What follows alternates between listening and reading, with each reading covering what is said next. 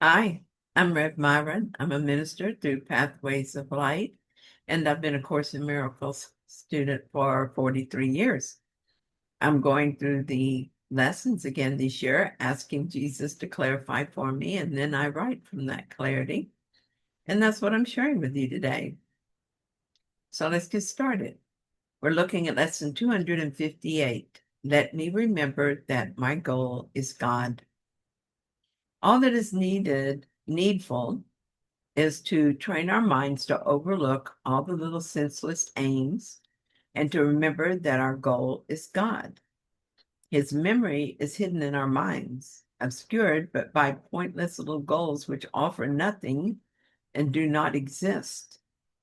Shall we continue to allow God's grace to shine in unawareness while the toys and trinkets of the world are sought instead? God is our only goal, our only love. We have no aim but to remember him. Our goal is but to follow the way that leads to you. We have no goal but this. What could we want but to remember you? What could we seek but our identity? I've set aside many of the world's goals without any sense of loss. I used to work in sales and believed that being recognized as a successful salesperson was important. I chased goals like making more money, winning in competition, looking good, and many others. None of them gave me what I was looking for.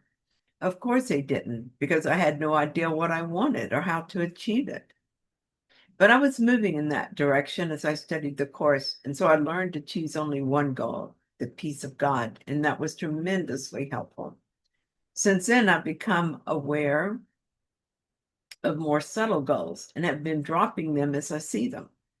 For example, I got sick yesterday and was in pain, but being in pain became a not being in pain became a goal. But as soon as I noticed that, I shifted to God as my goal.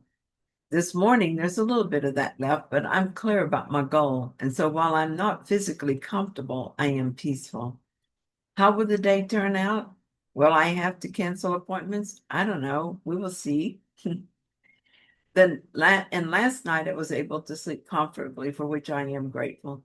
But I woke up around 3:30. I was not able to go back to sleep, so I just got up and finished a project I'd been working on. I was glad to have it done, and by that time I felt like I could go back to sleep. I've decided that uninterrupted sleep or sleeping a specific amount of time is not my goal. God is. So this is what I'm doing these days.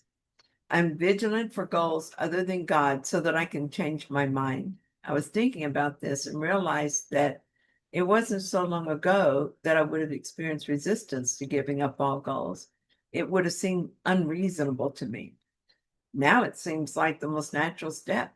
Why on earth would I not do this? What has the world to offer me that rivals the gifts of God?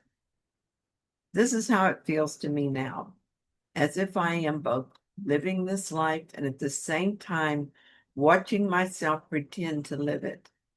Sometimes my attention narrows to the point that I think I am Myron living in the world. Then I take a mental step back and, with some detachment, I return to feeling like Myron living this story while at the same time I'm watching this, making decisions about what to believe. One day I will stop identifying at all with Myron. Then I will experience this story solely from the perspective of myself. Remembering God will surely come quickly at that point. Thank you so much for joining me in this reading. I hope that you found it helpful. If you did, then please like it. And if you haven't yet, please subscribe. And I'll be back soon with another reading. See you then.